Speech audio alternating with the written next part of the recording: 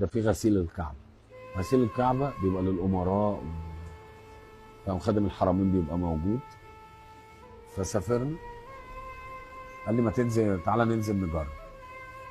نزلنا نجرب، حاولنا بشتى الطرق، رجلينا والله من كتر الاصرار، شوفي ربنا ليه حكمه. قعدنا 5 ساعات، الامن واقف بشكل قوي جدا، والامراء بيعدوا كده من طريق معين وبيطلعوا من السلم دخول الكعبه. وصلنا لغايه السلم، فاضل خطوتين ونطلع، جه الشرطه راح واقفه، ما طلعناش. قال لي ربنا مش كاتبها لنا. قلت له هنقدر. وربنا فعلا مش كاتبها لنا اللي احنا ندخل نغسل الكعبه. فواحد شافنا من العيله اللي معاها المفتاح، ده اللي انا فاكره وهو قاله لنا، العيله اللي معاها المفتاح هي ليها اسم، انا ناسي الاسم.